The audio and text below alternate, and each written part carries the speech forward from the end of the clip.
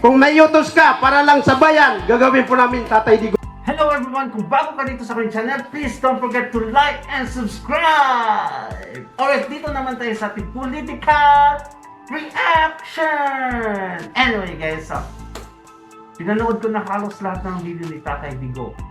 The last one is yung press conference niya. And may isang parte doon na napahanga ako masyado sa ating mga kapatid na kamusliman.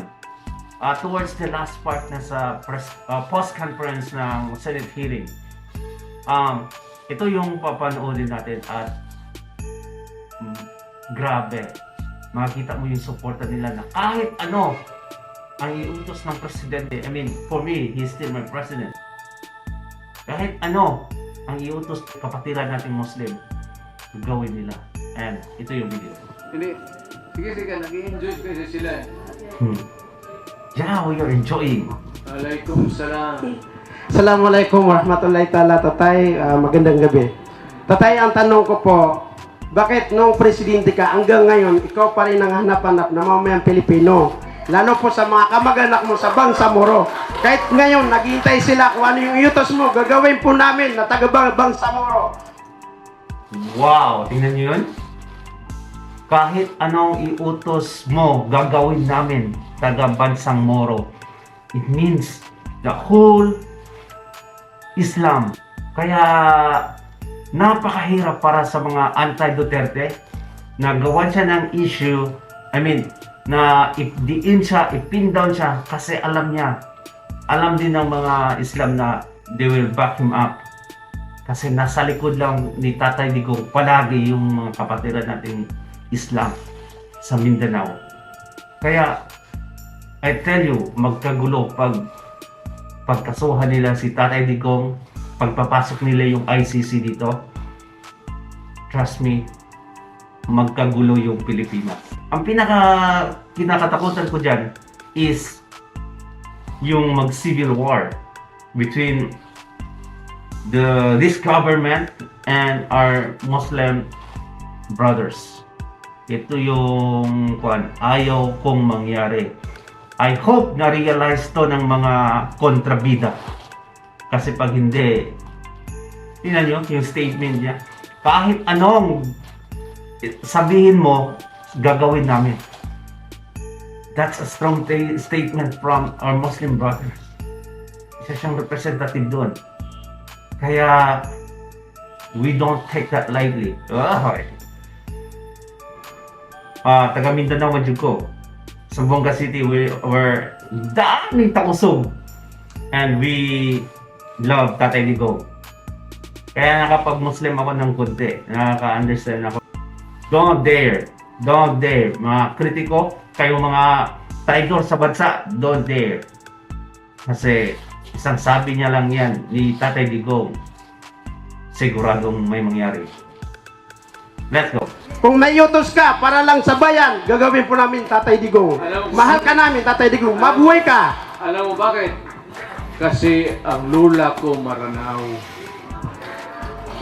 Grabe, nakakaiyak. Sige, ma'am, inwet. Kahit anong mangyari, gagawin namin para sa bayan. That statement, we probably take it lightly, but that is a very strong statement from our Muslim brother. Alam mo ma'am, I appreciate it. Kasi alam ni... Kasi mahal pa daw ng... Bakit daw? Hanggang ngayon, siya pa rin yung hinahanap-hanap ng mga tao. Bakit kaya? Mahal na mahal pa rin si Tatay Digong ng mga tao. Kahit ilang taon na, 3 years na siya hindi presidente. Pero pag siyang magsalita, nakikinig talaga lahat. Grabe yung impact niya. Kasi naman, ang daming nagawa niya sa bansa. You know, I am OFW. Hindi ako nakauwi during sa term niya, hindi ako nakaboto, which I regret the most. Hindi namin na-experience na siya ang naging presidente sa bansa, literally sa bansa, kasi OFW ako, hindi na ako nakauwi for 7 years now. Pero alam mo, ramdam na ramdam ko yung safety ng Pinas.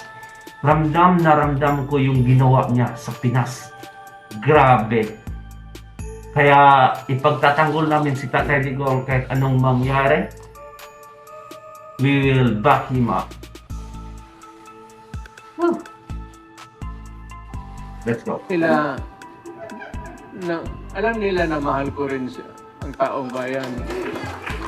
Pero ngayon may ano na lang, tanggalin mo ng lahat ng mga lalaki, babae na lang magmahal.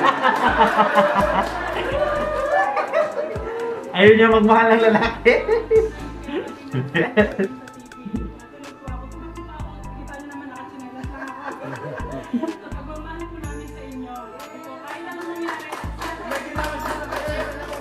Kahit Ang lola ko ang Maranao. Yan lang ang connection ko sa Morok sa Mindanao. Ma'am, Kaya pagpasok ko sa politika, acceptable ako sa Moro kasi alam nila na grabe, nakaka-emotional na video na to. Moro kasi pag may dugo ka Moro, Moro ka na. See? Alhamdulillah, Allahu Akbar. La ilaha illallah, Allahu Akbar.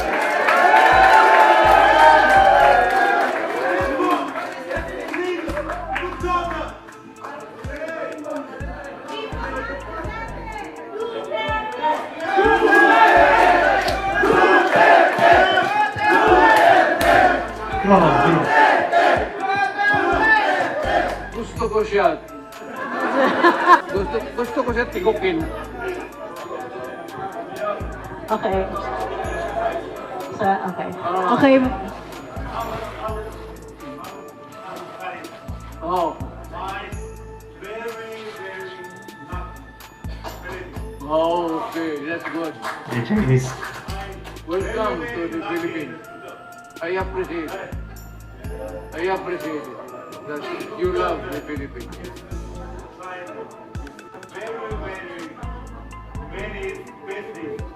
Wow. Kahit di siya makapag-English ng masyado, You pero are na-express niya yung feeling niya kung gaano niya kamahalin. Tatay Digong, look at that! A foreigner who loves Digong, why not us? Pure Filipino, di ba? my grandfather Lam. How I wish siya naging presidente natin forever. Grabe.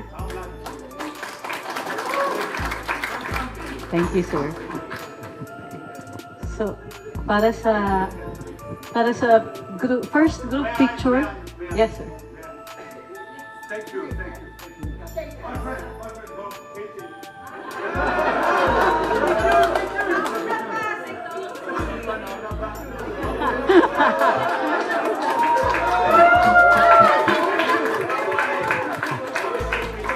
Kakatuwa naman itong Chinese na to.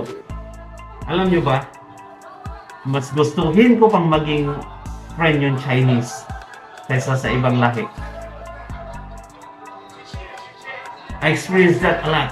Lahat ng friends ko na foreigner, Picture taking po sila, napaka mabuti yung mga Chinese. Napaka humble nila. Picture taking natin. Na-portray lang sila sa media na ganito, pero makapili kami ng mga trust me, Thank you, sir. if I were to choose between Korea and Japanese and Chinese, you know what I choose. First group, first table, dito na po. Dito na po kayo. Kayo po yung lumapit para hindi natatayo si sir. Wow, grabe. Na-emotional ako sa video na to. Nung una kong nakita to, I was like, wow, grabe yung pagmamahal ng mga Muslim brothers natin. Remember, hindi na siya pangulo, pero yung leadership niya nananatili. Kahit anong gagawin, kahit anong gustuhin niya, kahit anong sasabihin niya, yung taong bayan is saludo pa rin. Makikinig pa rin. Eh yung brothers natin na mga Islam, they are not joking. Mindanao ako, lumaki ako sa nakapaligid sa akin is mga Muslim. Kaya I can tell you, they are not joking when they said, we will do this. Kahit anong sasabihin mo, gagawin namin. Kahit ano, per se. Kahit ano. It means kung itong mga kritiko, itong mga drug protector, if they're trying to mess the former president,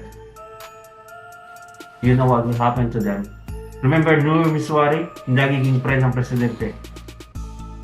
Anong nangyari? Instead na magiging rebelde sila sa Pinas, ginawa silang negotiator. Like every time na may mangyari na between Muslim and the government, andun si Miswari. Siya yung nagpagitna. Siya yung facilitator. No, not facilitator. Pacifier. Nakikinig talaga ang mga Muslim sa kanya. Kaya for you, drug protector, hater, who's trying to pin the president down, huwag mong subukan.